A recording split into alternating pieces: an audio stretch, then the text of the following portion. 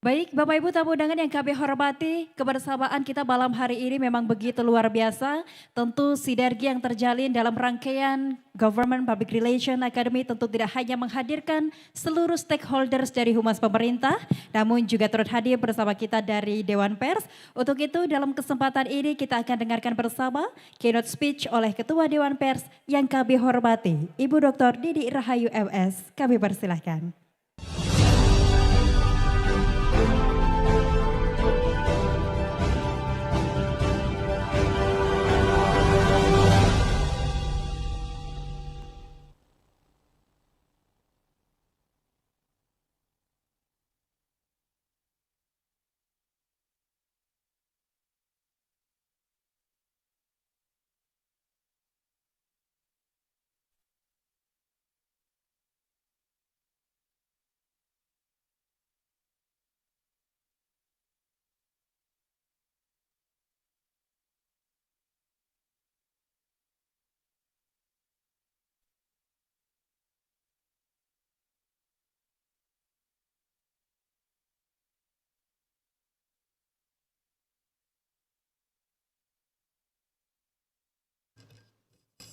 Baik Bapak Ibu, kembali kita berikan aplaus untuk Ibu Dr. Didi Rahayu MS, Ketua Dewan Pers Indonesia.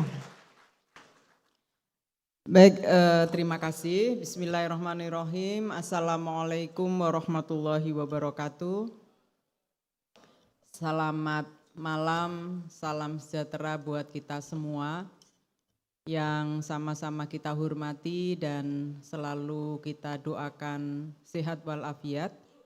Ibu Gubernur Jawa Timur, Bapak Wakil Gubernur, Pak Sekda, Kepala Bagian Humas, lalu juga hadir ini Pak Dirjen dan banyak tamu undangan dari pusat, ada juga rekan sejawat saya, Pak Asmono Wikan, serta ibu-ibu dari 38 kota dan kabupaten yang ada di Jawa Timur yang hadir pada malam hari ini. Mudah-mudahan Allah memberikan kesehatan, memberikan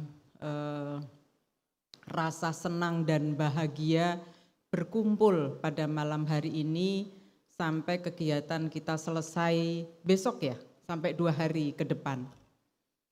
Yang kedua tentu saya ingin mengajak kepada kita semua menyampaikan rasa syukur kita pada Allah Tuhan yang Maha Kuasa karena hari ini kita dalam kondisi baik, mudah-mudahan salah satunya kesehatan kita juga dalam kondisi baik. Ibu-ibu, para penggiat humas yang saya hormati, malam hari ini saya diminta untuk menyampaikan tentang apa itu humas, pers dan pemenuhan hak atas informasi sebagai hak konstitusional warga negara. Bapak dan Ibu, ada jaminan konstitusional yang diatur di dalam pasal 28F Undang-Undang Dasar 45. Kalau dibaca kalimatnya panjang, tapi intinya adalah bahwa setiap warga negara punya hak untuk mendapatkan informasi. Informasi itu diperlukan oleh manusia itu untuk apa? Sebagai warga negara, informasi itu diperlukan untuk apa? Kita tahu bahwa setiap orang membutuhkan informasi, apalagi informasi itu terkait hajat hidup orang banyak untuk berpartisipasi, untuk kesehatan, untuk pendidikan, untuk kehidupan sosial, kehidupan pribadi, kehidupan dia bekerja dan lain-lain. Dalam konteks pemilu, salah satunya adalah hak atas informasi tentang kepemiluan. Wah, ini jadi penting nih tentang kepemiluan. Kenapa? Karena pemilu adalah salah satu cara kita untuk melakukan pergantian kepemimpinan politik. Pergantian kepemimpinan politik, ya masyarakat perlu mendapatkan informasi yang benar kan gitu. Nah, itulah kenapa hak atas informasi ini menjadi salah satu hak yang paling mendasar ya, yang dengan informasi itu maka seseorang bisa mengembangkan dirinya, baik dalam kehidupan pribadi, kehidupan sosial, maupun dalam kehidupan dia sebagai warga negara. Ibu dan Bapak, lalu bagaimana agar informasi ini bisa memberikan kontribusi positif dalam peningkatan partisipasi setiap orang warga negara tanpa kecuali. Ya. Tadi saya sampaikan hak konstitusional sudah dijamin di dalam pasal 28F bahwa orang punya hak atas informasi, dengan informasi itu orang bisa mengembangkan kehidupan pribadi dan sosialnya dalam segala aspek untuk mengikuti akses pada pendidikan, berpartisipasi pada pendidikan, pada pembangunan, bahkan untuk memperoleh manfaat pembangunan. Itu semua informasinya diperlukan. Nah, Ibu Bapak sekalian, dalam rangka pemenuhan hak atas informasi supaya masyarakat bisa mewujudkan, turut serta mewujudkan cita-cita nasional itu, maka setiap warga negara punya hak untuk memperoleh informasi yang benar. Informasi yang kredibilitasnya dijamin. Informasi yang tidak hoax, informasi yang tidak menyesatkan, informasi yang dapat mengembangkan kehidupan kita di dalam berdemokrasi. Ya. Apa intinya demokrasi? Demokrasi itu intinya cuma 3 saja. Yang pertama adalah esensi demokrasi adalah negara yang mewujudkan kesejahteraan. 2, esensi demokrasi adalah kebebasan.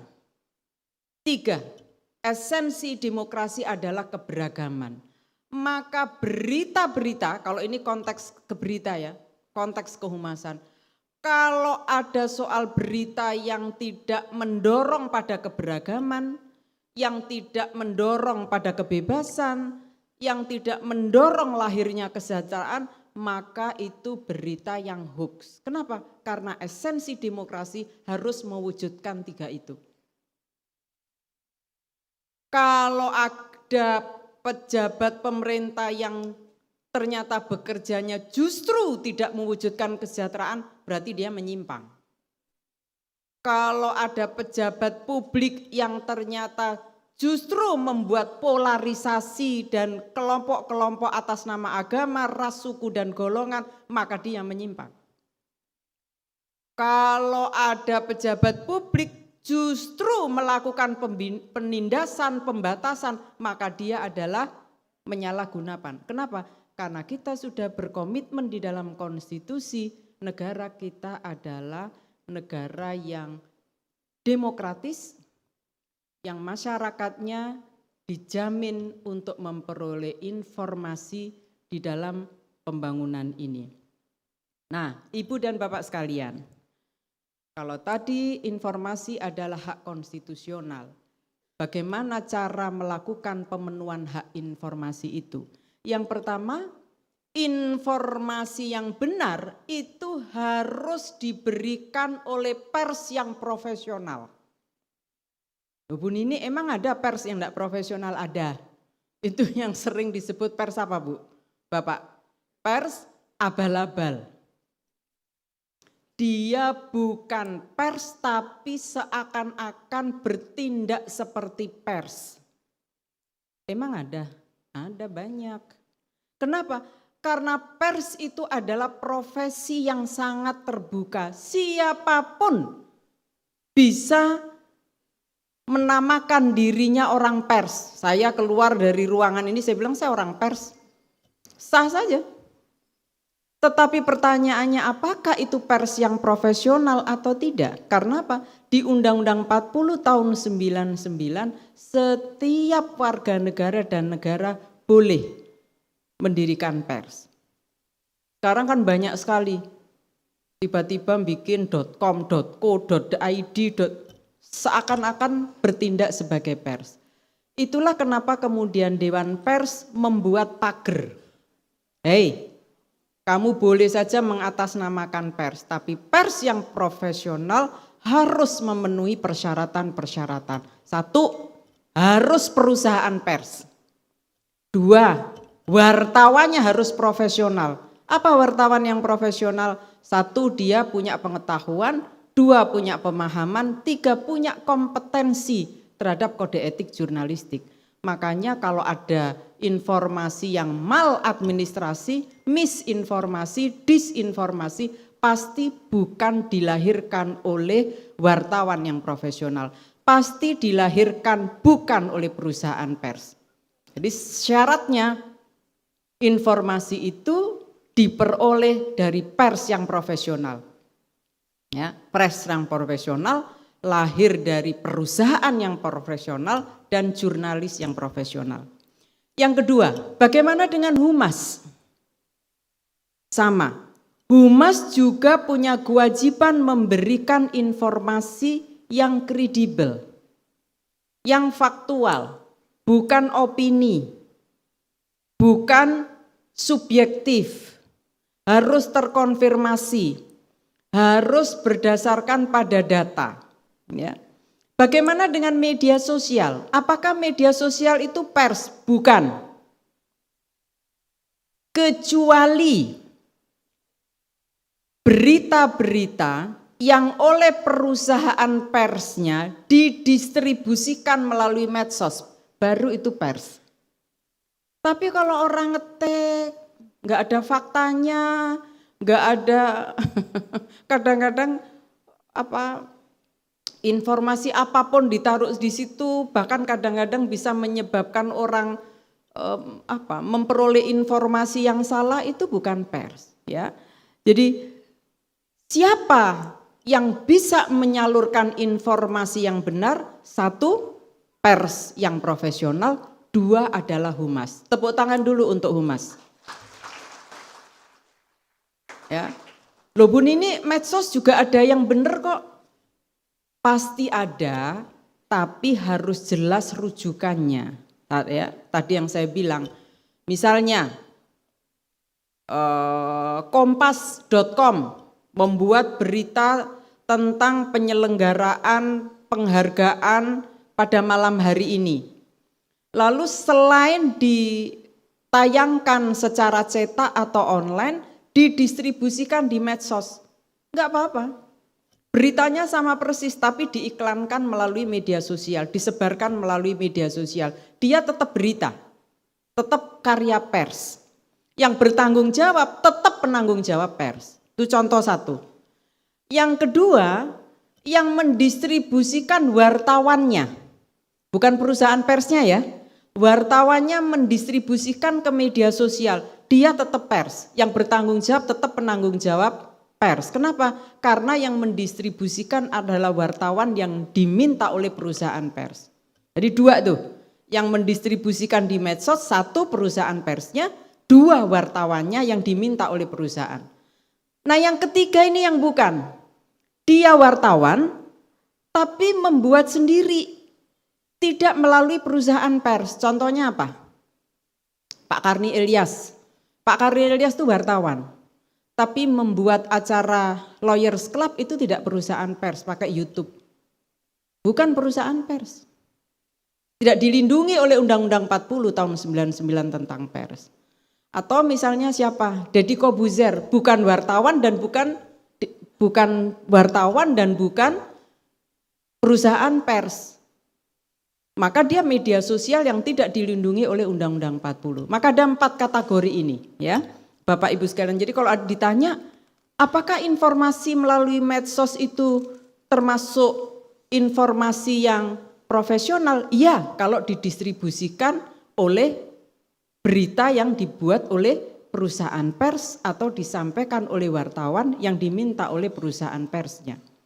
Karena hati-hati ibu-ibu dan bapak sekalian, beberapa waktu yang lalu ada wartawan yang digugat. Gara-gara apa? Mentransfer berita di medsos tapi diberi caption secara pribadi. Yang isinya berbeda dengan isi beritanya, digugat di pengadilan. Bayar tuh ganti rugi kemarin. Nah ini memang harus hati-hati. Nah sekarang apa perbedaan antara pers dan humas? Ya. Yang pertama adalah saya ingin melihat persamaannya dulu.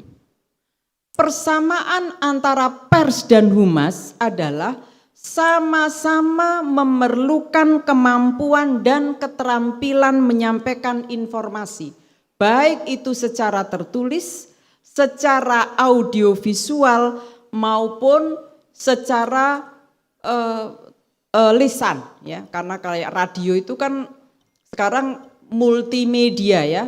Kadang-kadang siarannya pakai radio, tapi juga disiarkan melalui Instagram, YouTube, Facebook, begitu ya. Itu sekarang makanya multitasking. Saya kira nanti teman-teman dari kehumasan juga bisa menggunakan cara itu. Bukan hanya mengeluarkan rilis, tapi juga disiarkan langsung melalui radio, melalui media sosial, dan lain-lain. Jadi persamaan antara pers dan media adalah sama-sama membutuhkan kemampuan dan keterampilan untuk menyampaikan informasi. Yang kedua, kesamaannya adalah berkomunikasi dengan publik atau diseminasi.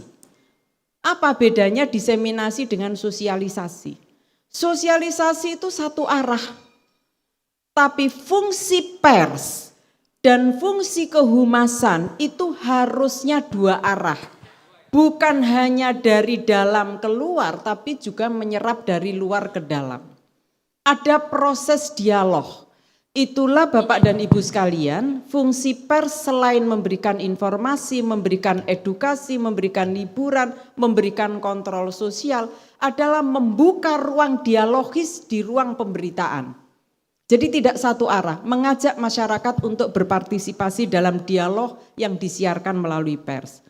Dan yang keempat persamaannya adalah menjalankan hak konstitusional yang dijamin di dalam Undang-Undang Dasar untuk memiliki, menyimpan, mengolah, dan menyampaikan informasi.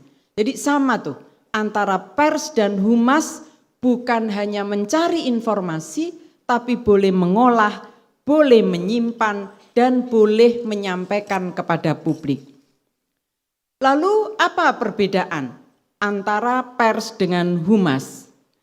Bapak dan Ibu, memang ada minimal 4 perbedaan yang terlihat, ya. Yang pertama, pers itu membutuhkan proses investigasi untuk mencari, 5 menit ya.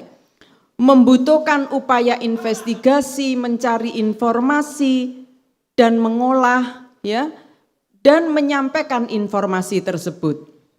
Sementara humas itu minim proses investigasinya, ya. Karena informasi yang disampaikan adalah informasi internal kantor, di mana informasi itu akan disampaikan kepada publik, tidak melibatkan banyak institusi. Perbedaan yang lain adalah independensi pada pemberitaan. Itu didasarkan pada sumber dari pihak-pihak perusahaan pers, keberimbangan dan akurasi. Sementara kalau humas, narasumbernya adalah dari internal, bukan dari berbagai, karena memang informasinya hanya internal. Perbedaan lain adalah ruang lingkup pemberitaan itu pada peristiwa yang bernilai berita, news, ya. Sementara kalau humas informasinya terkait dengan aktivitas organisasi. Yang lainnya adalah pers itu bermuatan untuk kepentingan publik. Sementara humas itu kepentingannya adalah bermuara pada kepentingan korporasi atau perusahaan atau kantor di mana informasi itu akan dikeluarkan. Ibu dan Bapak, satu lagi perbedaannya adalah humas itu ditujukan untuk membangun informasi yang positif terhadap kondisi kantor atau organisasi yang memerlukan informasinya disampaikan kepada publik. Tetapi kalau pers tidak hanya memikirkan hal yang positif, aktivitas positif, hal-hal yang kira-kira ini nanti juga bisa memberikan informasi feedback bahwa oh ini perlu perhatian karena ada yang negatif di dalam implementasinya, itu juga perlu disampaikan. Nah Ibu dan Bapak sekalian, dalam rangka untuk meningkatkan hak atas informasi ini, ada beberapa hal yang perlu saya sampaikan, terutama peran kehumasan menuju pemenuhan hak konstitusional. Yang pertama adalah menggunakan pijakan paradigma hak berkomunikasi untuk memajukan kualitas kehidupan publik. Jadi tidak hanya sekedar menyenangkan atau memenuhi kebutuhan organisasi yang Bapak Ibu di mana Bapak Ibu akan menyampaikan informasi itu, tapi apa kebutuhan publik agar bisa terpenuhi atas informasi. Kalau memang ada yang kurang, sampaikan kepada publik, tidak harus ditutup-tutupi, yang disampaikan yang baik-baik saja, enggak. Ya, itu saya kira bisa ke sana arahnya. Lalu bisa mengartikulasikan prinsip-prinsip etika berjurnalistik, ya, di dalam mengolah dan menyimpan informasi. Lalu yang juga penting adalah citra positif dapat dibangun melalui informasi secara objektif, serta ini yang paling terakhir yang ingin saya sampaikan. Karena tugas kehumasan itu adalah tugas yang sangat berat menurut saya, selain membangun citra positif, yang penting sekali adalah menjalin kerjasama progresif dengan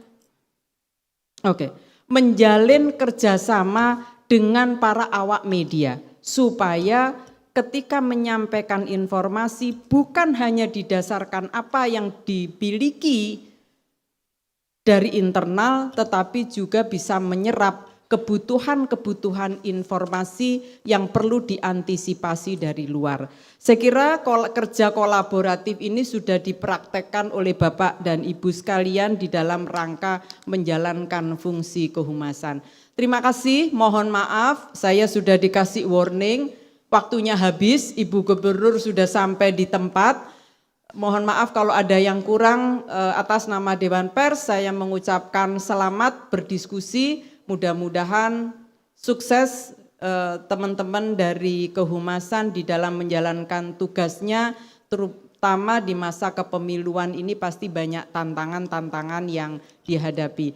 Selamat malam, Assalamualaikum warahmatullahi wabarakatuh. Waalaikumsalam warahmatullahi wabarakatuh.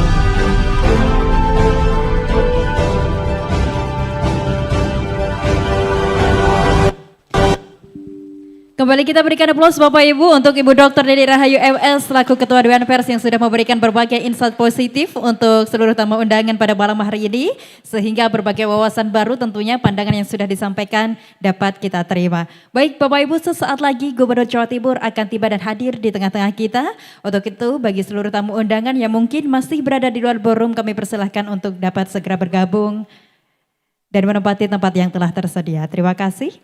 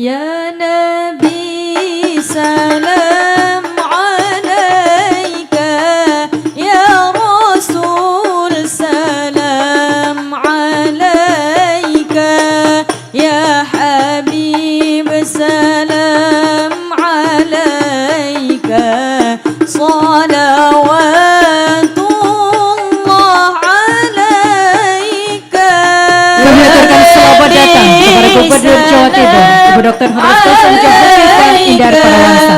Selanjutnya mohon berkenan mendapat penyerahan santunan kepada Bapak. عليك يا حبيب السلام عليك صلوات الله عليك أشرق البدر علينا فاختفت منه البدور مثل حسنك ما رأينا قط يا وجه السرور مرحبا مرحبا يا نور العين مرحبا مرحبا جد الحسين ربي فاغفر لي ذنوبي يا الله ببركة الهادي محمد يا الله ربي فاغفر لي ذنوبي يا الله ببركة الهادي محمد يا الله.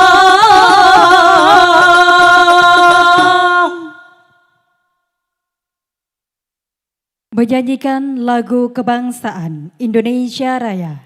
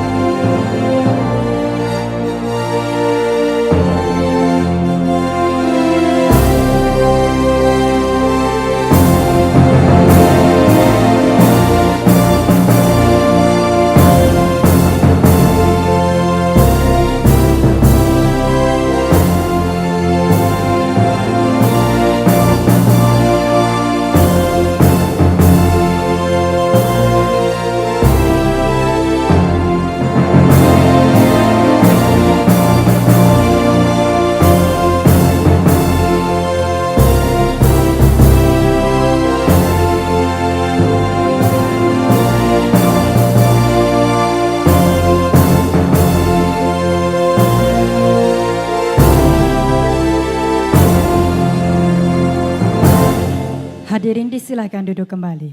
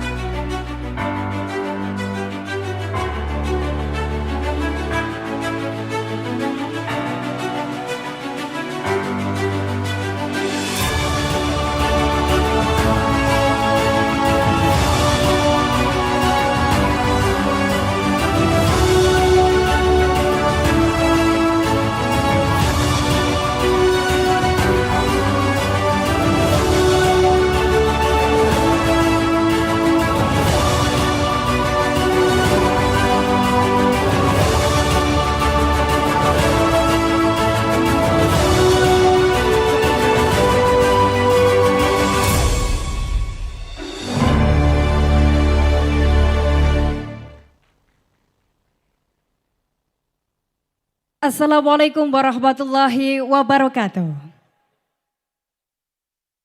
Selamat malam dan salam sejahtera untuk Bapak Ibu sekalian. Salam optimis. Salam optimis. Sekali lagi boleh lebih kompak dan semangat. Salam optimis. Jatim bangkit. Terus melaju, tepuk tangan untuk Bapak Ibu sekalian yang begitu istimewa. Baik Bapak Ibu, jika sudah berada di Provinsi Jawa Timur, tak lengkap rasanya jika belum disampaikan sebuah pantun. Untuk itu izinkan kami sampaikan sebuah pantun mengawali kebersamaan malam hari ini dan boleh dijawab dengan kata cakep. Indah nian bunga seroja, mekar merekah di kolam desa. Sinergi humas teruslah kita jaga. Tingkatkan kompetensi, majukan bangsa. Satu pantun kembali kami sampaikan, boleh lebih kompak dan semangat untuk menjawab kata cakepnya. BPSDM banyak prestasinya. Inovasi programnya luar biasa. Ibu Gubernur terima kasih dukungannya. GPR Academy memang istimewa. Bapak Ibu sudah hadir bersama kita hari ini yang terhormat Gubernur Jawa Timur, Ibu Dr. Honoris Causa Haja Hovifah Indar Parawansa, yang kami hormati Direktur Jenderal Informasi dan Komunikasi Kementerian Komunikasi dan Informatika Republik Indonesia, Bapak Dr. Usman Kansong MSI. Juga hadir bersama kita Sekretaris Daerah Provinsi Jawa Timur, Bapak Adi Karyono AKSMAP, selamat malam. Juga yang kami hormati Ketua Dewan Pers, CEO Humas Indonesia. Yang kami hormati pula Kepala Badan Pengembangan Sumber Daya Manusia Provinsi Jawa Timur beserta para Kepala OPD Provinsi Jawa Timur yang hadir. Juga hadir bersama kita dosen program studi 4 Manajemen Perkantoran Digital Fakultas Vokasional Universitas Airlangga. Yang kami hormati Manajer Lembaga Pendidikan Antara, Founder Nagaru Communication, dan seluruh peserta Government Public Relation Academy National Bootcamp 2023. Bapak Ibu tamu undangan yang kami hormati, hubungan masyarakat atau public relations merupakan profesi strategis yang memegang peran untuk membangun citra serta menjadi jembatan antara lembaga dengan publiknya. Karenanya penguatan dan pengembangan kompetensi bagi humas pemerintah menjadi hal penting yang perlu mendapat perhatian. Sebuah terobosan konsep komunitas Government Public Relation atau GPR Academy yang diinisiasi oleh Badan Pengembangan Sumber Daya Manusia atau BPSDM Provinsi Jawa Timur dengan tagline Humas Penjaga Reputasi Pemerintah untuk Indonesia terus melaju, diharapkan mampu memberikan dampak yang cukup signifikan dalam menunjang keberhasilan berbagai kebijakan pemerintahan. Karenanya dalam kesempatan yang begitu istimewa malam hari ini Bapak Ibu kami ucapkan selamat datang dalam acara Opening Ceremony Government Public Relation Academy Bootcamp 2023 bersama Gubernur Jawa Timur.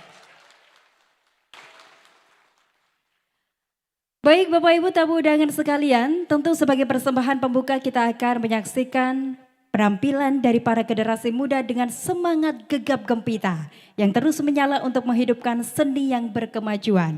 Secari kalimat merdeka di ruang pendidikan, merdeka belajar untuk menggali potensi diri melalui seni dan budaya, mengenalkan siapa jati diri bangsa Indonesia. Baik Bapak Ibu kita akan saksikan bersama inilah penampilan dari Harmoni Pelajar Merdeka. Selamat menyaksikan. Lintang. Nandi lintang iki. Lintang lembayung senja Permatasari. Loh, kok ono arek iki? Dek pemusik ta? Loh, kok ono sisan? Dek penonton iki pasti. Lintang. Tang. Waduh, Loh, ya iki sing dinteni. Kenapa sih golek aku? Kenapa? Ngene lho. Apa? Rada rono titik. Ya. Nah, wis lho ojo akeh ta. Ya. Apa? Roga berita sing saiki viral di sosial media. Apa? Roga. Apa? Oh, gak ero ta? Enggak lah. Ngene, saiki sampean ro IG apa gak? Apa sih? Instagram. Pinter. Lek TikTok pasti ro TikTok. Ya rek, jaket-jaket ini sih. Oh senengane ya? Oh iya. YouTube. WA apa WA? WhatsApp. Pinter. Saiki ku ngene lho, Mbak. Berita sing akeh ndek sosial media terutama IG, TikTok, WA, Twitter.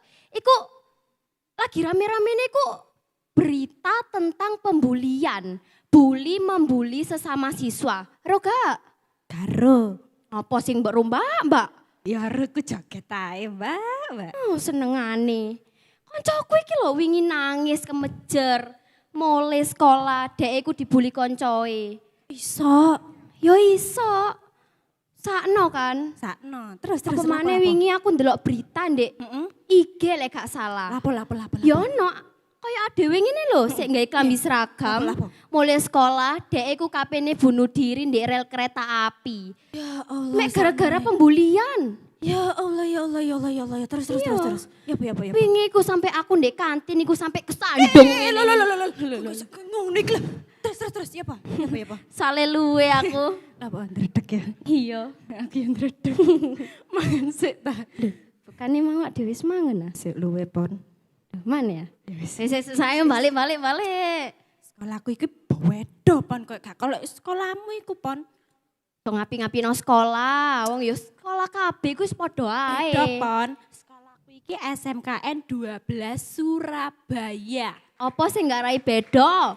Ya kono buli-bulian ngono iku kono. Bullshit. Temenan. Guru iki gak ono koyo ngono iku. Murah senyum, nyenengke, bendino joget. Sing jenenge guru iki ya senengane ku jewer kupinge siswa iki lho. Gak ngono pon. Guru iki beda. Gak percaya aku, wis aja ngapi-ngapino gurumu. Roga, guruku sing ndi? Apa sih? Sing viral iku lho. Gak krungu sampean mau aku ngomong apa sing viral saiki. Kok tambah guru viral. Sing viral saiki ku tentang apa mau krungu gak? Pembulian. Pinter. Apa kok nak guru viral ngene iki? Tapi ro kan, Kak, masuk karo sing siapa viral. sih? Gak kenal aku. Saping iku lho. Deh, guru kok diceluk emas Abing iki ya apa sih? Jenenge iku Abing Santoso. Oh, Bapak Abing Santoso ta? Oh. Ono ta wong saiki? Ono. Dijak joget ta saiki.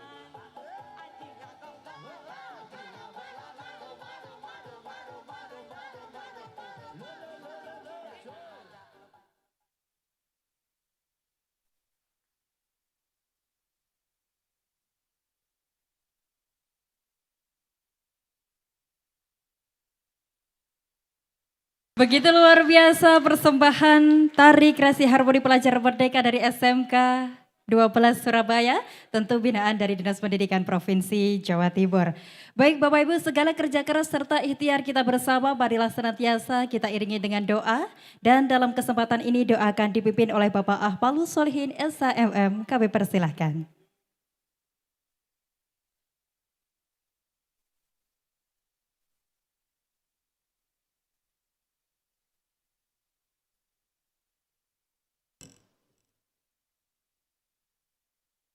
Assalamualaikum warahmatullahi wabarakatuh. Izinkan pada kesempatan malam hari ini kami berdoa menurut agama Islam dan yang beragama selain Islam kami mohon untuk menyesuaikan dengan keyakinannya. Bismillahirrahmanirrahim. Alhamdulillahirabbil alamin. Hamdan yuafi ni'amahu wa yukafi mazidah. Ya Rabbana lakal hamdu kama yanbaghi li jalali wajhikal karim wa azim sultanik. Allahumma salli wa sallim ala sayyidina Muhammad wa ala alihi wa sahbihi ajma'in. Allahumma ya Allah ya mujibas sa'ilin. Puji syukur kami persembahkan kehadirat-Mu. Berkat izin dan ridha-Mu, pada saat ini kami telah melaksanakan pembukaan GBR Academy National Bootcamp tahun 2023. Kami dadahkan kedua belah tangan kami untuk mendapatkan curahan rahmat dan kasih sayang-Mu. Untuk itu ya Allah, kiranya berkenan memberkahi dan meridhoi acara yang kami laksanakan ini. Ya Allah, ya Rasid, berikanlah kepada kami kecerdasan akalan fikiran, kecerdasan hati dan kecerdasan rohani, sehingga acara ini akan dapat membuahkan hasil yang baik dan berguna untuk mengembangkan kompetensi pejabat fungsional Pranata Humas dalam menghadapi perkembangan teknologi terkini dan menjelang tahun politik 2024. Ya Allah, Tuhan yang Maha Pengampun, ampunilah dosa-dosa kami, dosa kedua orang tua kami, dan dosa para pemimpin-pemimpin kami, serta kabulkanlah doa permohonan kami. Rabbana atina fid dunya hasanah wa fil akhirati hasanah wa qina adzabannar. Subhana rabbika rabbil izzati amma yasifun wa salamun alal mursalin walhamdulillahi rabbil alamin. Wassalamualaikum warahmatullahi wabarakatuh.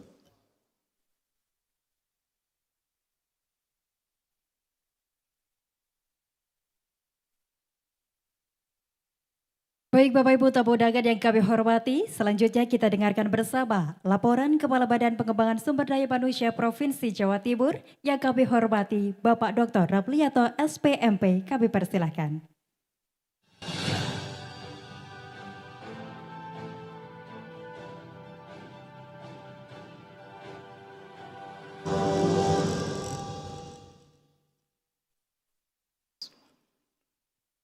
Assalamualaikum warahmatullahi wabarakatuh. Salam sehat dan salam sejahtera untuk kita semua. Salam optimis, Jatim bangkit. Yang terhormat dan kita banggakan bersama, Ibu Gubernur Jawa Timur, Ibu Dr. Hajah Hovifah Indar Parawansa. Terima kasih kami yang tak terhingga atas perkenan hadirnya Ibu Gubernur di tengah kesibukan Ibu yang luar biasa, masih berkenan membersamai para pegiat kehumasan seluruh Indonesia yang hadir pada malam ini. Terima kasih juga atas perkenan Ibu, nanti akan pada saatnya menyampaikan sambutan dan berkenan membuka acara ini. Izinkan kami mengaturkan rasa terima kasih kami kepada Ibu Gubernur lewat sebuah pantun. Bertumbuh jamur di kebun tebu, dimasak kuah alangkah nikmatnya. Sungguh bangga Jawa Timur dipimpin Ibu, pemimpin amanah yang disayang rakyatnya. Yang kami hormati Bapak Dr. Usman Kansong MSI, Direktur Jenderal Informasi dan Komunikasi Publik Kementerian Komunikasi dan Informatika Republik Indonesia. Terima kasih Pak Dirjen sebagai pembina Jabatan Fungsional Pranata Humas yang telah berkenan hadir dan membersamai kami dalam kegiatan GPR Akademi Nasional Bootcamp 2023 ini. Yang kita hormati bersama Bapak Sekretaris Daerah Provinsi Jawa Timur, Bapak Adi Karyono AKSMAP. Kalau di sini hadir CEO Humas Indonesia, Pak Sekda ini adalah CEO untuk Pemprov Jawa Timur, membawahi 81.000 pegawai lebih beliau ini. Yang kami hormati Ibu Dr. Nini Rahayu SMS, Ketua Dewan Pers, yang menurut catatan kami beliau adalah perempuan pertama yang menjadi Ketua Dewan Pers Indonesia. Terima kasih Ibu, tadi telah menyampaikan insight kepada teman-teman peserta semuanya. Yang kami hormati founder sekaligus CEO Humas Indonesia, Bapak Asmono Wikan MIKOM. Terima kasih Bapak atas kehadirannya bersama tim yang juga telah banyak memberikan pencerahan dalam rangka persiapan kegiatan ini. Hadir bersama kita juga para kepala perangkat daerah Provinsi Jawa Timur, hadir juga tadi Bapak dari anak-anak, dari siswa-siswi kita yang tadi menyampaikan sendera tari. Beliau adalah Bapak Kepala Dinas Pendidikan Provinsi Jawa Timur yang sekaligus PJ Wali Kota Batu, yang sekaligus nanti akan menjadi tuan rumah untuk praktek peliputan di Kota Batu. Terima kasih, juga hadir bersama kita Bapak Kepala Dinas Energi dan Sumber Daya Mineral. Beliau adalah Ketua Alumni Diklat Kepemimpinan Nasional, hadir juga Bapak Kepala Biro Administrasi Pembangunan, dan Bapak Ibu sekalian para pejabat yang hadir mewakili. Yang kami hormati para narasumber dan seluruh lembaga mitra GPR Akademi BPSDM Provinsi Jawa Timur tahun 2023, baik yang hadir secara langsung dan kami juga siapkan Ibu dalam hadir secara daring. Dan yang saya banggakan dan saya cintai para peserta GPR Akademi Nasional Bootcamp 2023. Dengan diiringi rasa syukur yang amat mendalam kehadiran Allah Rabbul Izzati atas segala karunia-Nya yang senantiasa kita rasakan bersama, izinkan kami melaporkan dengan hormat kepada Ibu Gubernur hal-hal yang berkaitan dengan penyelenggaraan kegiatan GPR Akademi Nasional Bootcamp tahun 2023 sebagai berikut. Masih tertanam dalam hati, pikiran, dan menjadi pedoman dalam tindakan kami di pemerintah Provinsi Jawa Timur, apa yang menjadi kebijakan Ibu Gubernur yang disampaikan pada rapat perdana yang dipimpin oleh Ibu Gubernur bersama Kepala Perangkat Daerah Provinsi Jawa Timur pada tanggal 15 Februari 2019 di ruang rapat Bapeda Provinsi Jawa Timur. Pada saat itu, Ibu Gubernur menyampaikan arahan, kerja baik itu baik, kerja benar itu baik, tetapi kerja baik dan benar saja tidak cukup. Tetapi masyarakat harus tahu bahwa kita sudah bekerja baik dan bekerja benar.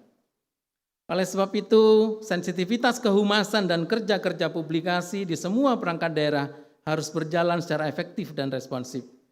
Menindaklanjuti hal tersebut melalui gelaran GPR Akademi ini, kami berharap arahan Ibu Gubernur Jawa Timur dimaksud dapat terus kami tindak lanjuti secara terprogram dan berkelanjutan. Kami laporkan Ibu Gubernur bahwa GPR Akademi yang diselenggarakan oleh Corporate University BPSDM Jawa Timur ini adalah sebuah community of practice atau komunitas belajar yang merupakan salah satu ajang pengembangan kompetensi terintegrasi, perpaduan antara metode klasikal dan non-klasikal, sebagaimana amanat Undang-Undang Nomor 20 Tahun 2023 tentang aparatur sipil negara.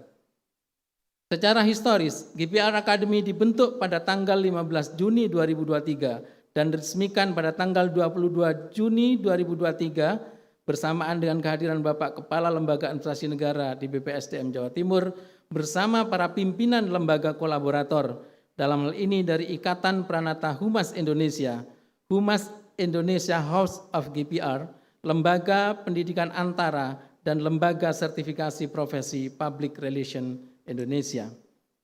Kegiatan GPR Akademi Nasional Bootcamp 2023 ini merupakan respon konkret pemerintah Provinsi Jawa Timur dalam rangka membangun kesadaran kolektif tentang urgensi menjaga dan meningkatkan reputasi positif pemerintah di mata masyarakat, bahkan di mata dunia, melalui kerja-kerja kehumasan yang profesional. Ibu Gubernur yang kami hormati, dalam rangka pendalaman pengetahuan dan mengembangkan kapasitas humas pemerintah guna mendukung akselerasi transformasi digital di Indonesia.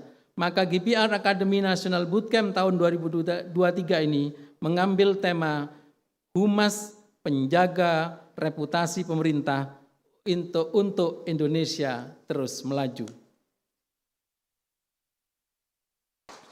Selanjutnya kami laporkan kepada Ibu Gubernur bahwa GPR Academy National Bootcamp ini dilaksanakan mulai tanggal 4 Desember 2023 sampai dengan 7 Desember 2023. Dengan uraian sebagai berikut, tanggal 4 dan 5 adalah klasikal di kota Surabaya, dan tanggal 6 dan 7 akan dilaksanakan field trip ke kota wisata Batu yang merupakan implementasi keterampilan kehumasan berupa liputan, fotografi, dan publikasi untuk para peserta. Kami laporkan pula kepada Ibu Gubernur bahwa peserta GPR Academy National Bootcamp 2023 ini tidak hanya berasal dari lingkungan pemerintah Provinsi Jawa Timur. Jumlah peserta yang mencapai 200 orang terdiri dari kementerian lembaga pusat sebanyak 34 orang, dari perangkat daerah Provinsi Jawa Timur, dari pemerintah kabupaten kota di Jawa Timur, dan ada 22 orang dari pemerintah daerah di luar Provinsi Jawa Timur, serta ada 12 orang dari perguruan tinggi di beberapa daerah di Indonesia. Perlu kami laporkan pula bahwa GPR Academy National Bootcamp ini dilaksanakan atas kerjasama BPSDM Provinsi Jawa Timur dengan para kolaborator nasional, diantaranya Ikatan Pranata Humas Indonesia, Humas Indonesia House of GPR, dan Lembaga Pendidikan Antara. Ibu Gubernur yang kami hormati, demikian beberapa hal yang dapat kami laporkan. Selanjutnya, mohon dengan hormat kesediaan Ibu Gubernur untuk berkenan membuka kegiatan ini secara resmi, serta berkenan menyampaikan sambutan pengarahan. Izinkan kami mengakhiri laporan ini dengan sebuah pantun. Puncak haji ada di Arafah, berkontemplasi di tenda Mina, di bawah kepemimpinan Ibu Hajah Hovifah, Jatim penuh prestasi yang mendunia. Sekian dan terima kasih. Mohon maaf apabila ada hal-hal yang kurang berkenan. Wassalamualaikum warahmatullahi wabarakatuh.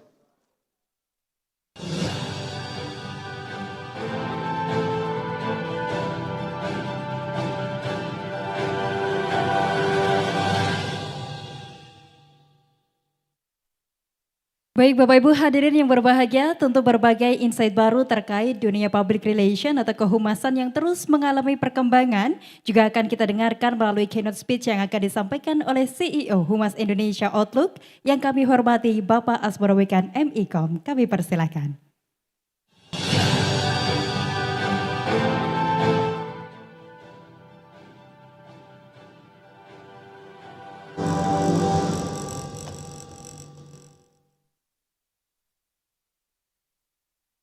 Bismillahirrahmanirrahim. Assalamualaikum warahmatullahi wabarakatuh.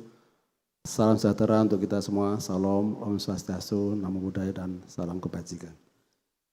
Yang saya muliakan, saya hormati dan banggakan Ibu Khofifah Indar Parawansa, Gubernur Jawa Timur, Bapak Sekda Provinsi Jawa Timur, Pak Adi, Bapak Kepala BPSDM Jawa Timur, Pak Ramli, Yunda, kami semua di Dewan Pers, Ibu Dini Rahayu, dan abang dan saya, Pak Dirjen EKP, Kominfo, Pak Dr. Usman Kansong, para narasumber, Mbak Dian, dan Bapak sekalian, khususnya wabil khusus, Bapak Ibu praktisi Humas se-Jawa Timur dan seluruh Indonesia yang hadir pada GPR Bootcamp Nasional hari ini. Tepuk tangan untuk BPSDM Jawa Timur.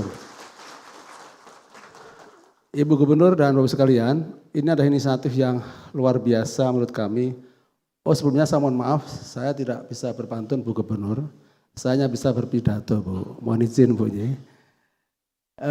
Bapak sekalian, ini adalah inisiatif yang luar biasa karena apa? Karena sekarang ini tampaknya humas sudah menjadi satu elemen yang penting dan strategis bagi kehidupan di seluruh elemen organisasi dan korporasi. Bapak Ibu, kalau kita ingat 10 tahun yang lalu, saya kira dibanding dengan hari ini maka lompatan posisi strategis Humas itu luar biasa. Mengutip Bapak PR Dunia, Ivy Lee, yang mengatakan begini, Humas itu harus ada di leher manajemen.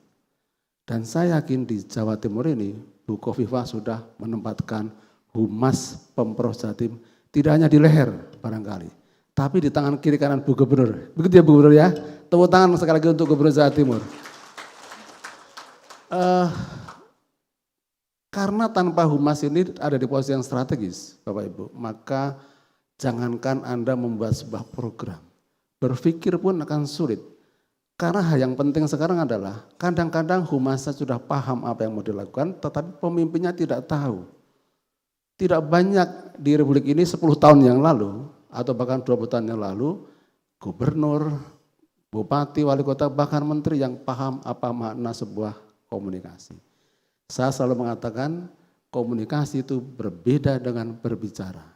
Kita bisa bicara apa saja, tapi belum tentu ada pesan dan makna yang ada di dalam pembicaraan itu.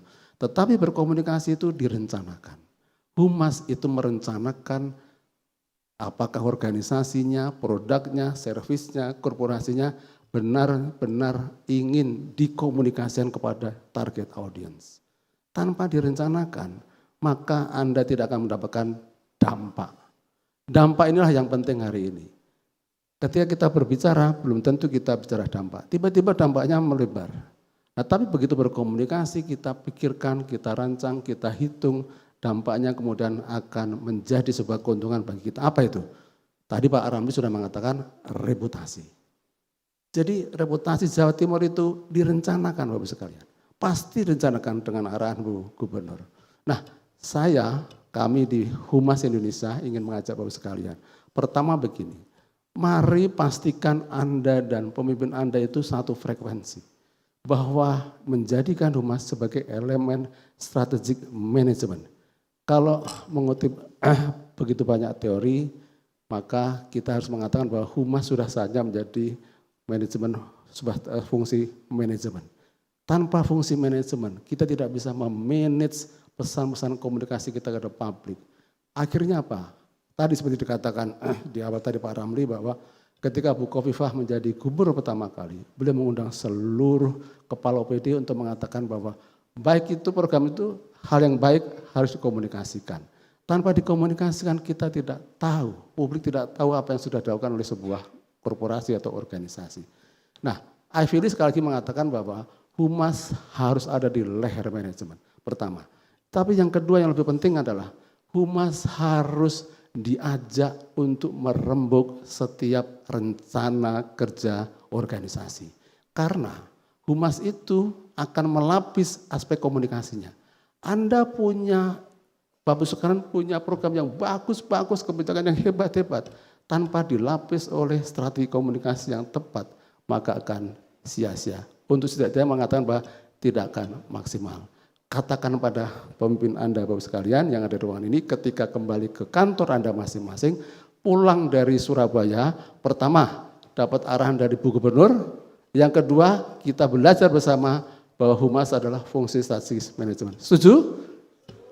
Yakinlah dengan cara itu maka lambat laun lembaga Anda, organisasi Anda tidak hanya dikenal, tetapi Anda akan memiliki track yang benar untuk mengelola, merawat dan mempertahankan reputasi yang Anda perjuangkan baik-baik. Ingat sekali lagi Bapak sekalian, mengutip beberapa pakar internasional tentang komunikasi, Humas adalah penjaga reputasi. Jagalah reputasi Anda, karena menjaga reputasi itu kata Warren Buffett sulit sekali. 20-30 tahun kita tertatih-tatih membangun reputasi hari ke hari, minggu ke minggu, bulan ke bulan, ada krisis, bam, 1 menit hancur. Di mana itu? Kita sebagai Humas pasti akan menjadi orang pertama yang dicari oleh pemimpin kita. Ayo Humas, ada kasus, ada krisis, mari tolong selesaikan. Tetapi hari ini dan masa datang, Humas bukan pemadam kebakaran. Humas merencanakan semuanya dengan baik, supaya ketika ada masalah bisa kita kelola sebaik-baiknya. Tetapi ingat, mengomunikasikan krisis bukanlah melegitimasi atau membenarkan sebuah kesalahan. Di luar itu semua, maka Bapak sekalian, pastikan kita tidak pernah berbuat salah.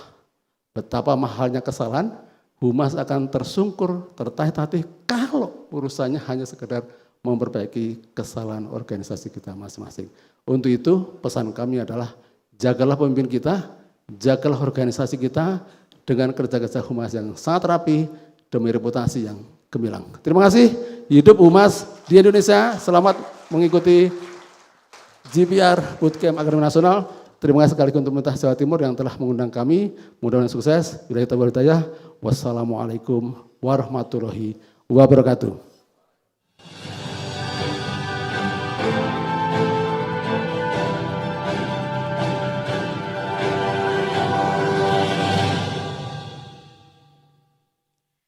Hadirin yang berbahagia, dalam kesempatan ini kita juga akan dengarkan bersama sambutan Pembina Jabatan Fungsional Peranata Hubungan Masyarakat, Direktur Jenderal Informasi dan Komunikasi Publik, Kementerian Komunikasi dan Informatika Republik Indonesia yang kami hormati, Bapak Dr. Usman Kansong, MSI, kami persilahkan.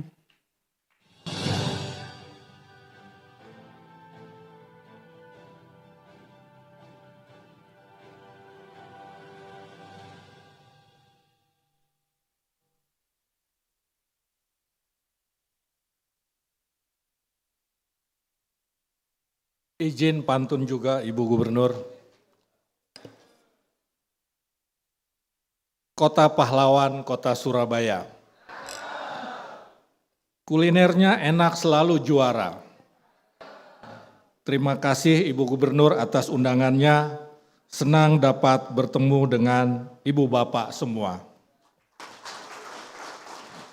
Selamat malam, Assalamualaikum warahmatullahi wabarakatuh.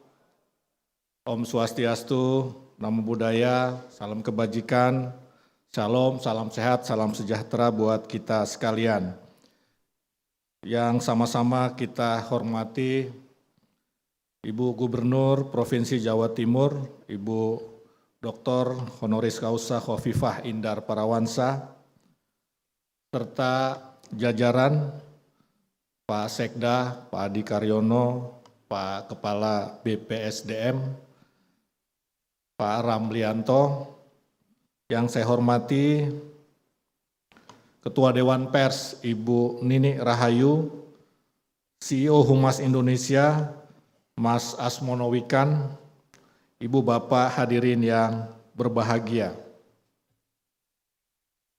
Saya sewaktu kuliah mengambil jurusan ilmu komunikasi, tapi satu mata kuliah yang paling tidak saya sukai adalah humas.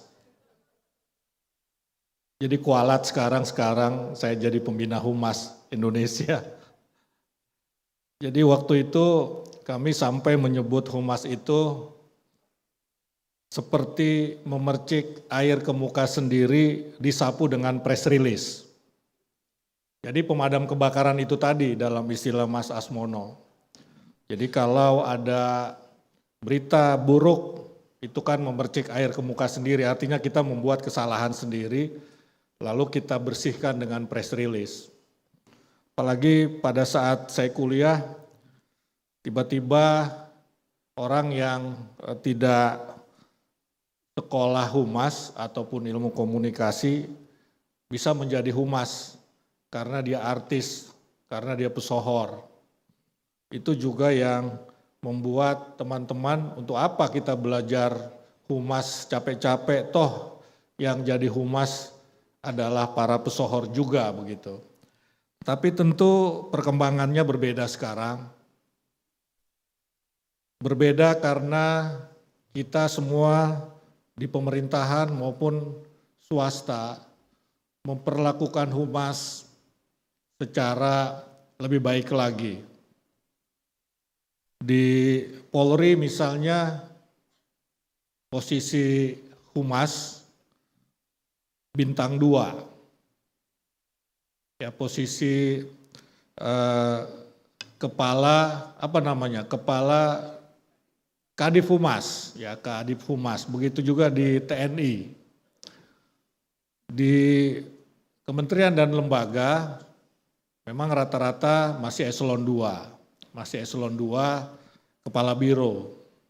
Ya, tetapi saya memperhatikan misalnya ataupun contohnya di Provinsi Jawa Timur sendiri, tadi dapat cerita dari Pak Ramli sudah disampaikan oleh Mas Asmono, betapa Ibu Khofifah sangat peduli dengan humas, mendengar humas, karena betul sekali tadi tidak mungkin kerja-kerja baik kita untuk rakyat diketahui oleh publik tanpa peran humas.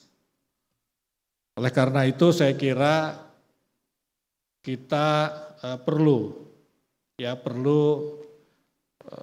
quote unquote ya mengingatkan atasan-atasan kita di daerah ya untuk bagaimana mempertimbangkan humas secara lebih baik lagi, karena posisi dan peran humas sangat penting.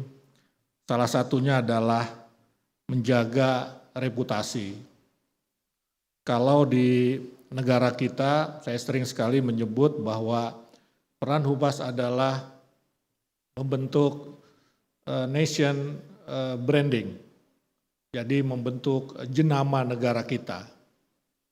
Apalagi dalam event-event internasional yang belakangan kita sering ketempatan sebagai tuan rumah. Dunia humas atau PR lebih dinamis daripada sebelumnya. Dengan adanya pandemi dan peristiwa belakangan ini, kita telah melihat banyak sekali perubahan yang menjadi disrupsi di dunia kehumasan, terutama perkembangan teknologi komunikasi yang sangat cepat. Bila kita cermati perubahan dan pola yang mewarnai dunia kehumasan saat ini, dapat menuntun kita untuk perencanaan yang baik untuk masa mendatang. Menjelang akhir 2023, banyak hasil riset terkait tren tahun 2024. Salah satu riset yang menarik dirilis oleh PR Lab pada bulan Oktober lalu, memaparkan 24 tren dalam dunia PR. 3 hal pertama ialah pendekatan yang lebih humanis, otentisitas atau authenticity, dan pertumbuhan media sosial. Pendekatan yang lebih humanis adalah tren yang kuat dan mantap, yang semakin banyak dipraktikkan dan merupakan peluang yang luar biasa bagi penyusunan strategi PR agar berkembang. Seperti halnya di sektor swasta, kehumasan di sektor publik juga harus diseriusi. Tujuan utama adalah kepercayaan, reputasi, dan dukungan publik. Oleh karena itu sudah semestinya kita memandang publik bukan sekadar sasaran informasi yang pasif, tetapi sebagai penerima layanan informasi dengan berbagai aspirasi dan kebutuhannya. Pendekatan humanis ini dapat diwujudkan dengan penggunaan data yang kuat sehingga memunculkan ide dan gagasan yang relevan dengan selera dan kebutuhan audiens yang kita sasar. Dulu di masa media konvensional, komunikasinya memang lebih bersifat searah, tetapi di era media sosial, sekarang komunikasi bersifat dua arah. Bahkan salah satu ukuran keberhasilan komunikasi adalah respons. Oleh karena itu, kalau kita posting sesuatu di media sosial, bila tidak ada respon, rasanya ingin bunuh diri kita. Pendekatan yang humanis berkaitan erat dengan otentisitas, otentik, asli, benar, ya, orisinil. Masyarakat sekarang lebih kritis dalam menyikapi informasi dari pemerintah. Kesalahan sedikit saja, tadi sudah disinggung oleh Mas Asmono, bisa berdampak besar. Inilah sebabnya humas pemerintah wajib menunjukkan konsistensi antara pesan dan nilai-nilai yang dijunjung instansi kita. Ketika kita memiliki kampanye Bangga Buatan Indonesia misalnya, hendaknya masyarakat bisa melihat nilai-nilai tersebut dalam konten hingga ke atribut yang digunakan instansi. Jadi ada contoh ataupun teladan di situ. Bisa juga sesekali membuat konten dengan konsep outfit of the day untuk menampilkan produk-produk lokal yang dikenakan pimpinan kita misalnya. Pesannya sederhana, pengemasannya kreatif, tetapi tetap efektif untuk menunjukkan otentisitas. Humas yang menjaga prinsip otentisitas akan mampu menyampaikan ketulusan lewat pesan-pesan komunikasi yang disampaikan. Ibu Bapak hadirin yang saya banggakan, Jawa Timur menyandang predikat sebagai provinsi yang memiliki jumlah kabupaten kota terbanyak di Indonesia. Seperti itu ya Bu Gubernur ya. Jawa Timur juga memiliki keunggulan sumber daya alam dan potensi yang menjanjikan di sektor industri serta pariwisata. Tentu luas sekali masyarakat yang perlu dilayani dan banyak relasi yang perlu kita bina untuk semakin memajukan Jawa Timur.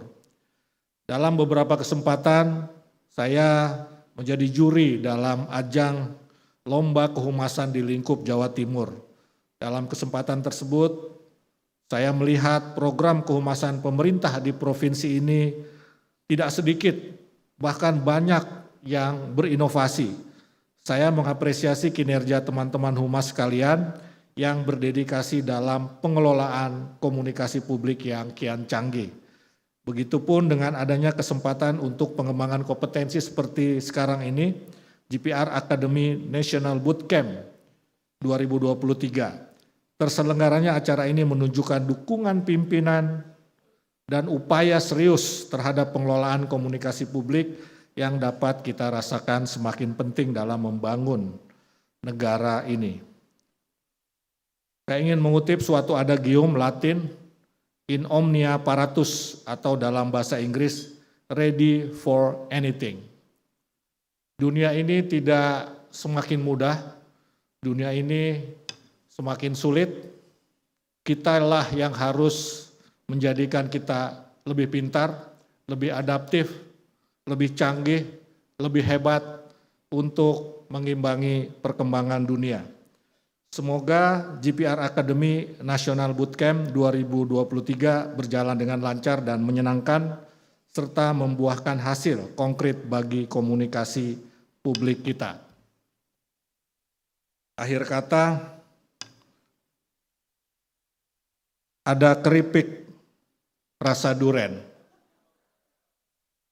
Demi Republik, profesionalitas humas pemerintah keren. Wallahul muwafiq ila aqwamit thoriq. Wassalamualaikum warahmatullahi wabarakatuh.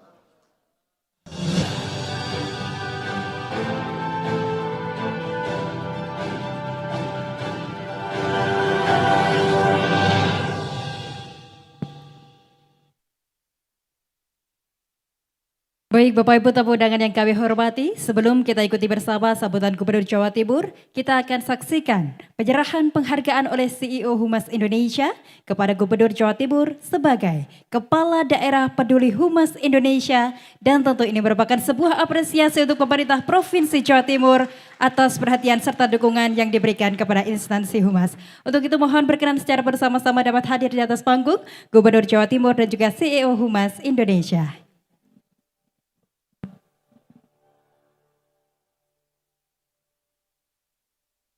Baik, Bapak Ibu tamu undangan, kita akan saksikan bersama penyerahan penghargaan dari CEO Humas Indonesia kepada Gubernur Jawa Timur sebagai Kepala Pemerintah Peduli Humas Indonesia. Terima kasih, boleh kita berikan aplaus Bapak Ibu yang begitu luar biasa.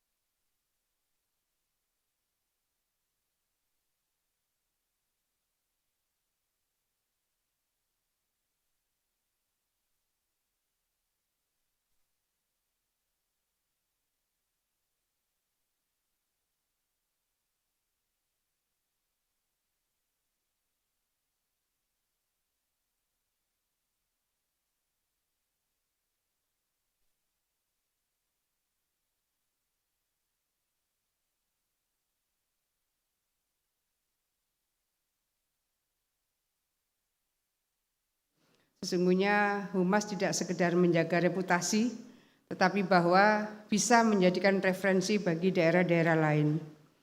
Saya berapa kali menyampaikan di sangat banyak forum, kita sebetulnya Pak Dirjen bisa menghitung paling lama 4 tahun kita bisa swasembada daging. Sangat mudah diukur, sangat bisa dihitung. Kalau misalnya populasi sapi potong di Jawa Timur per tahun ini ada 5.070.000 ekor. Provinsi kedua itu 1,9 juta, jauh sekali. Kita 5 juta, provinsi kedua 1,9 juta. Kita punya BBIB, Balai Besar Inseminasi Buatan, banyak negara belajar, BBIB-nya ada di Singosari, di Malang. Jadi kalau mau menyiapkan petugas inseminasi buatan, mau menyiapkan petugas pengawas kebuntingan, di Jawa Timur ini banyak sekali. Setidaknya ada 9 gubernur yang pernah saya ajak, ayo studi banding ke sini, setelah itu kirimkan tim untuk belajar paling enggak 3 minggu, setelah itu praktekkan di tempat masing-masing. Kalau kekurangan petugas dari Jawa Timur akan support petugas yang dibutuhkan. Sangat mudah dihitung. Ini kalau tidak dibantu proses komunikasi yang efektif, pesannya tidak sampai, pemahamannya tidak komprehensif, maka implementasinya sangat rendah. Itu yang sering kali saya sampaikan. Jadi apa yang sebetulnya bisa dimaksimalkan oleh tim kehumasan, tidak sekedar mengkomunikasikan, tidak sekedar menjaga reputasi, tetapi juga bisa menjadi referensi. Berikutnya, saya juga sering kali menyampaikan kepada kawan-kawan yang memang kultur bertanamnya cukup bagus. Di Jawa Timur ini sejak tahun 2020 produksi padi dan beras tertinggi di antara seluruh provinsi di Indonesia mulai tahun 2020. Saya juga menyampaikan kepada kawan-kawan, jadi kalau ada misalnya lahan 1 hektar baru memproduksi 5-6 ton, saya sampaikan ayo ke Jawa Timur. Di Jawa Timur ini per hektar bukan 5-6 ton, 15-16 ton itu sudah banyak. Karena kita nggak mungkin ekstensifikasi lahan. Yang kita lakukan adalah intensifikasi lahan. Kemudian sekarang kita lebih lagi masuk pada green economy. Maka sekarang sudah mulai rata-rata 75-25. 75 itu non-organik, 25-nya pupuk kimia. Sudah mulai seperti itu dan itu operasional cost-nya lebih murah, tapi produksinya tetap bisa tinggi. Jadi menurut saya ini juga tugas dari tim kehumasan yang bisa memberikan referensi untuk direplikasi. Jadi referensi-referensi ini bisa direplikat di sangat banyak tempat. Saya juga sering menyampaikan kepada kawan-kawan gubernur yang memang sebetulnya topografi wilayahnya memungkinkan mereka bisa menghasilkan pangan yang lebih produktif. Jadi kalau di Jawa Timur kemungkinan hanya yang tada hujan 6 ton per hektar. Di luar itu sebetulnya minimal 9 ton per hektar, sudah cukup banyak yang sampai 15-16 ton per hektar. Kenapa lahannya terbatas tapi produktivitas naik dari tahun 2020, 21, 22, 23. Prediksi BPS 23 ini pun kita tetap tertinggi di antara seluruh provinsi di Indonesia. Artinya kenapa ini saya sampaikan? Sebetulnya dunia ini sedang sangat khawatir terhadap stok pangan dunia. Termasuk Indonesia juga sedang khawatir terhadap stok pangan nasional. 2 hari lalu di Pasca UNER saya menyampaikan, ini untuk padi, ini untuk ikan tangkap kita juga tertinggi, kemudian untuk sapi potong kita tertinggi dan sangat tinggi di antara provinsi kedua. Jagung kita juga tertinggi, berbagai produk-produk agro lainnya seperti pisang kita juga tertinggi. Artinya ini sesuatu yang sangat mudah kita sampaikan asal mau belajar. Kemudian kita bisa temukan bibit yang bagus. Saya rasa produktivitas sektor-sektor pangan kita itu juga bagus. Hanya ini satu hal yang dikhawatirkan dunia, yang dikhawatirkan Indonesia untuk stok pangan. Sebetulnya semua pihak bisa belajar ke Jawa Timur. Jawa Timur ini perguruan tingginya top, Pak Dirjen. Semua turun tangan, ingin memberikan referensi terbaik, bahkan banyak pilot project IPB itu suksesnya di Jawa Timur. Pak Rektor menyampaikan, timnya menyampaikan. Kalau berkenan ke Gerahadi, saya punya banyak macam-macam buah organik. Saya sebut banyak, variannya karena banyak. Beberapa hari yang lalu Pak Mentan datang, kemudian saya bukakan nanas yang tanpa dikupas. Dan nanasnya antara 7 sampai 8 kilo. Kata Pak Amran, perasaan saya sebagai Mentan, tidak ada buah di Indonesia yang saya tidak tahu. Tapi kali ini betul-betul saya tidak tahu. Bahwa baru mencicipi, baru melihat bagaimana cara mengkonsumsi buah nanas yang satu buah antara 7 sampai 8 kilo tanpa dikupas. Dan itu baru ada di Jawa Timur. Oleh karena itu yang lain boleh belajar. Boleh belajar. Oleh karena itu biasa saya menyiapkan sampai dengan vasnya. Vas, pohon, buah, kalau ada mobil mau diantar, karena kalau ada pohonnya kan berarti bisa ditanam. Apa yang ingin saya sampaikan, kehumasan mungkin juga sudah harus menyiapkan tidak sekedar menjaga reputasi tapi memberi referensi. Setelah diberi referensi maka kemudian direplikasi. Ini kaitan dengan pangan.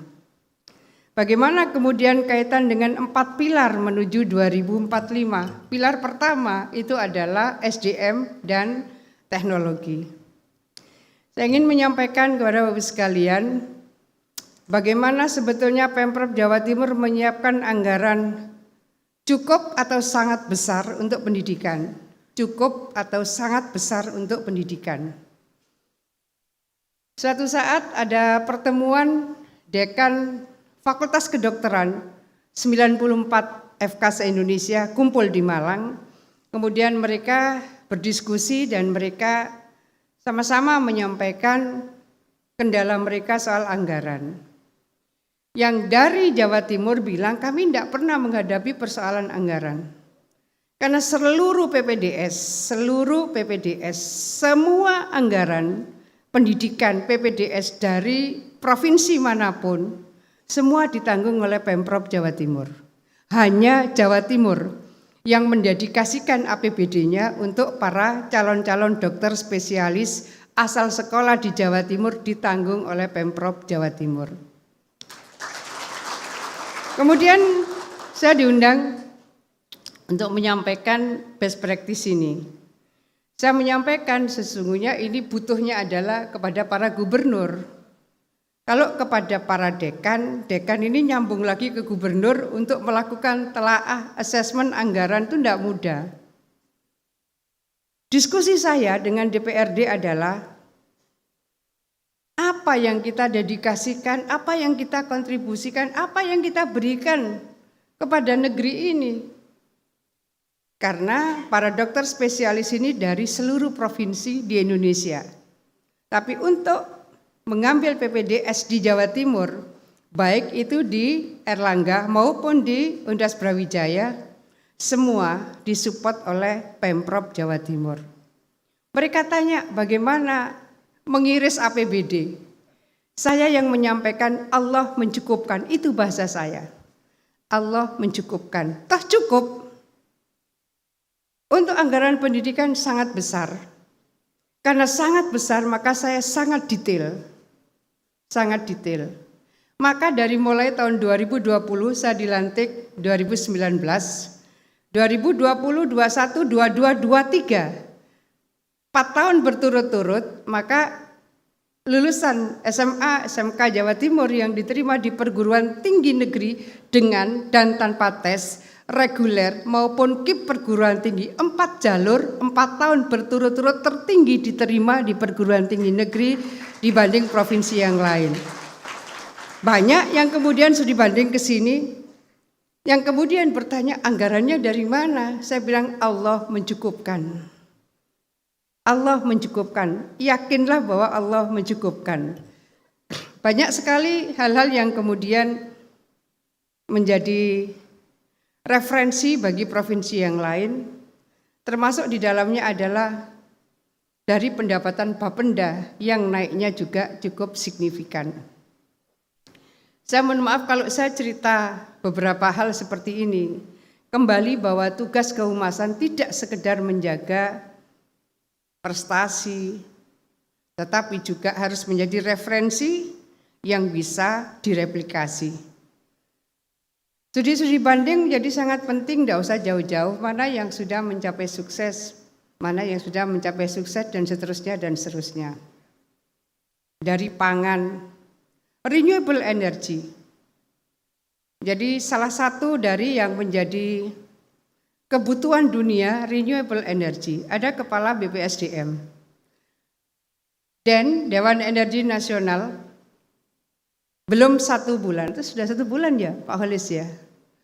Ada 5 kategori yang dinilai oleh Dewan Energi Nasional. 5-5-nya Provinsi Jawa Timur mendapatkan penghargaan, 5-5-nya. Yang 4 kami mendapatkan penghargaan ranking 1, satunya kita nomor 2. Jadi 5-5-nya dapat. Kategori ini. Apakah pada saat kita bekerja kita tahu bahwa itu akan dinilai? Tidak, karena orientasi kita bukan itu. Kita bekerja. Kita melihat bagaimana kita melakukan evaluasi, dan saya biasa menerapkan cek detail. Cek, detail.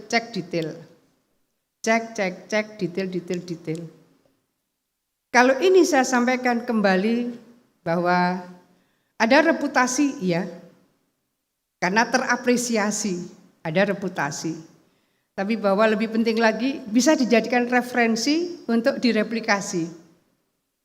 Jadi saya rasa reputasi bagian dari pendorong semangat kita itu penting juga. Tapi bahwa bagaimana ini bisa menjadi referensi kemudian direplikasi. Hal-hal yang menjadi kebutuhan standar atau indikator negara maju antara industri manufaktur. Pak Dirjen, kira-kira 2,5 atau 3 bulan lalu, Pak Presiden meluncurkan Indonesia Emas 2045. Industri manufaktur 2045 yang diprediksi, yang diluncurkan oleh Pak Presiden itu baru 30%. 2045, baru 30% industri manufaktur kita. Jawa Timur ini tahun 2022 kemarin sudah 31,34%. Maka saya kaget karena tahun 2022 kita sudah melampaui dari yang ditargetkan 2045. Nanti Mei 2024 insya Allah sudah akan mencapai 35% industri manufaktur di Jawa Timur. Jadi saya seringkali menyampaikan kalaupun ada ibu kota pindah ke Kalimantan Timur, insya Allah de facto ibu kota itu ada di Jawa Timur. Saya bisa menyampaikan ini, apa yang kemudian kami lakukan? Kembali bahwa Humas tidak sekedar menjaga reputasi, tapi menjadi referensi dan bisa direplikasi. 2 tahun yang lalu, karena kita sudah bisa menghitung, bukan saya yang menghitung, saya mengundang tim perencana strategik dari Jakarta, tolong bantu kami menghitung. Karena kalau industri manufaktur kita mengalami lompatan yang sangat tinggi, tentu kita semua tidak ingin warga Jawa Timur menjadi penonton. Apa yang kami lakukan? 2 tahun lalu, kami sudah berkomunikasi dengan King's College London. Setiap yang saya ajak ngomong, semua nggak ada yang percaya. Waduh, setiap sudah, sampai yang orang top-topnya top sudah. Saya lihat ekspresinya pesimis, tapi saya bismillah. Sampai dengan Agustus yang lalu, karena dari King's University sudah ke Malang, sudah ke Surabaya. Agustus lalu kita ke King's University. Tentu kita koordinasi dengan Dubes RI yang ada di London. Pak Dubes kita, Pak Desra percaya, itu pun tidak percaya. Namanya Desra percaya, tapi tidak percaya. Padahal beliau juga dari Oxford. Artinya beliau memang besar dari perguruan tinggi prestigious di UK. Karena beliau kakak kelas saya. Hof, temen ta. Orang Sidoarjo. Hof, temen ta. Lo temen ya apa dator ini kok gak temen. Saya gitu. Akhirnya besoknya kami diterima. Setelah itu sore dari Kings ke kedutaan. Kita ngobrol, kaget dia. Hof kok iso katanya. Kok bisa? Oh kalau bismillah tak bilangin. Akhirnya September kemarin sudah ada penandatanganan Memorandum of Agreement. Sudah ada Memorandum of Agreement. Untuk bersiap insya Allah September tahun depan sudah akan dibuka Magister Degree. Program apa? Digital Future. Digital Future. Kemudian 9 November kemarin, Pak Mendikbud-Dikti Ristek, panjang sekali, itu yang meluncurkan. Kita meluncurkan ini program pertama kali S1 menurut Pak Menteri. Pertama kali S1 yang diizinkan oleh Mendikbud-Ristek dari perguruan tinggi luar negeri adalah Western Sydney University, WSU. Untuk apa program S1 di sini? Digital Innovation. Ini bukan barang bim salah bim. Jadi barang ini berproses, kita sudah mencoba membangun koneksitas mencangkok. Digital future, digital innovation, kalau nggak dicangkok, kapan kita ini akan bisa memberseiringi percepatan industri manufaktur. Sebetulnya makin banyak saya cerita, makin ketahuan bahwa humas kita pun belum maksimal, tapi kita sudah berikhtiar. Karena juga banyak hal yang tidak baik diceritakan sebelum ini final, sebelum selesai gitu. Jadi untuk hal-hal tertentu memang kadang-kadang mitra kita pun juga tidak ingin itu dipublish lebih awal. Tapi saya ingin menyampaikan bahwa ini sesuatu tidak hanya menjaga reputasi, tapi bisa menjadi referensi sekaligus direplikasi. Ketika kita mau dengan King's University, kita langsung dengan LPDP. Saya kemudian juga melaporkan kepada Pak Presiden bahwa saya butuh beasiswa ini anak-anak. Asal standar rekrutmennya itu standar King's University, oke lah, pasti iyalah. Karena 100% para lecturers juga dari King's University. Nah, ini sesuatu yang kadang-kadang Pak Dirjen humasnya juga kerepotan untuk menyampaikan pesan-pesan Kak Gatuk, maksud saya, Kak Gatuk. Karena ini harus mencari koneksitas. Kenapa kita kemudian harus mencangkok dari King's, kenapa harus mencangkok dari WSU? Karena memberseiringi percepatan industri manufaktur. Yang nasional saja mentarget 2045 baru 30%, kita insya Allah tahun depan itu sudah mencapai 35%. Jadi sering-sering ke Jawa Timur, beri penguatan ke Jawa Timur supaya sama-sama kita maju bersama, hebat bersama, dan terus melaju bersama-sama.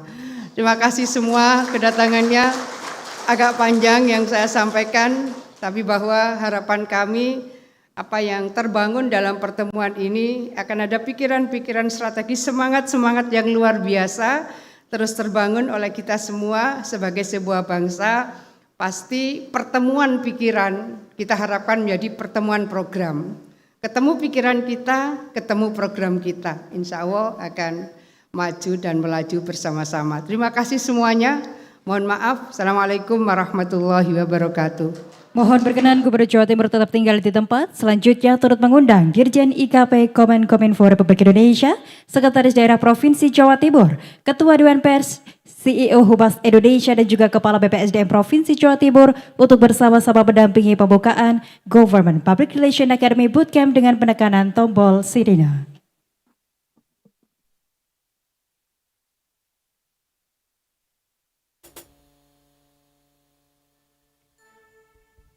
Baik, Bapak Ibu tamu undangan, sesaat lagi kita akan saksikan bersama pembukaan Government Public Relation Academy Bootcamp tahun 2023.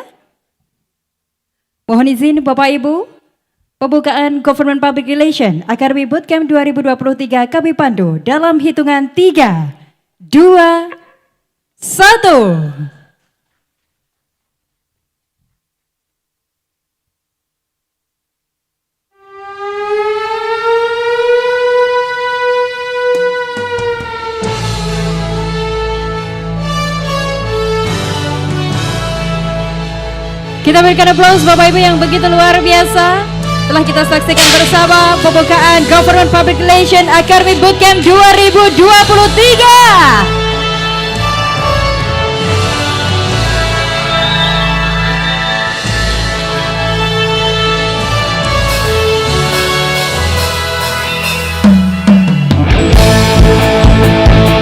Berkenan Gubernur Jawa Timur untuk dapat kembali ke tempat beserta seluruh pejabat pendamping.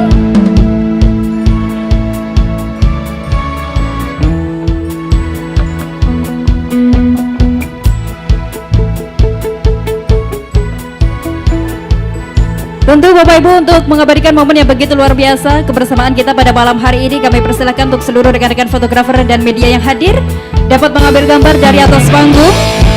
Sekali lagi kami informasikan dan kami undang untuk seluruh rekan-rekan fotografer dan media yang hadir untuk dapat mengambil gambar dari atas panggung. Mohon berkenan Gubernur Jawa Timur untuk dapat mengambil tempat dan juga seluruh tamu dan VIP. Kami undang Bapak Ibu semuanya untuk bangkit berdiri. Kita laksanakan sesi foto bersama terlebih dahulu dalam momen yang begitu luar biasa pada malam hari ini. Baik, mohon izin foto bersama kami pandu dalam hitungan 3, 2, 1. Sekali lagi mohon izin 3, 2, 1. Berikutnya salam optimis Jatim bangkit, mengepalkan tangan kanan. 3, 2, 1, salam optimis. Tepuk tangan untuk Bapak Ibu sekalian. Demikian telah kita ikuti bersama Opening Ceremony Government Public Relation Academy Bootcamp bersama Gubernur Jawa Timur. Dan sebagai persembahan pamungkas, manusia kuat.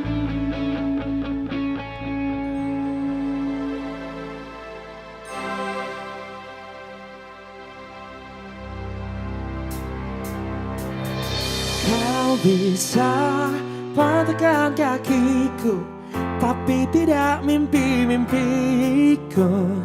Kau bisa lupakan tanganku, tapi tidak mimpi-mimpiku.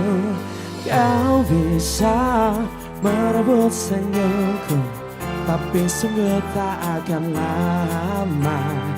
Kau bisa merobek hatiku, tapi aku tahu obatnya. Manusia kuat, itu kita, jiwa-jiwa yang kuat. Itu kita, manusia kuat. Itu kita, jiwa-jiwa yang kuat. Itu kita. Kau bisa menyemputiku, kau takkan gelapkan apapun. Kau bisa runtuhkan jalanku, kan ku temukan jalan yang lain. Manusia kuat, itu kita, jiwa-jiwa yang kuat. Itu kita, manusia kuat. Itu kita, jiwa-jiwa yang kuat. Itu kita.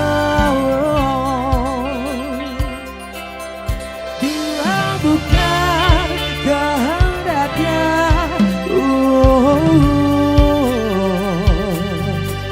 tidak satu pun jelasmu akan bawa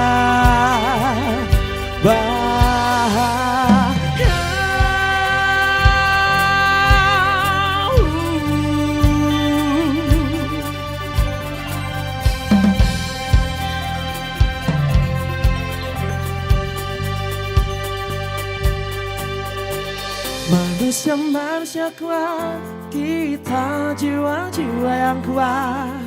Itu kita, manusia kuat. Itu kita, jiwa-jiwa yang kuat. Itu kita, manusia kuat. Itu Untuk kita jiwa-jiwa yang kuat, untuk kita manusia-manusia kuat, untuk kita jiwa-jiwa yang kuat, untuk kita. Kau bisa patahkan kakiku, patah tanganku, rebut senyumku, hitamkan putihnya hatiku, tapi tidak mimpi-mimpiku.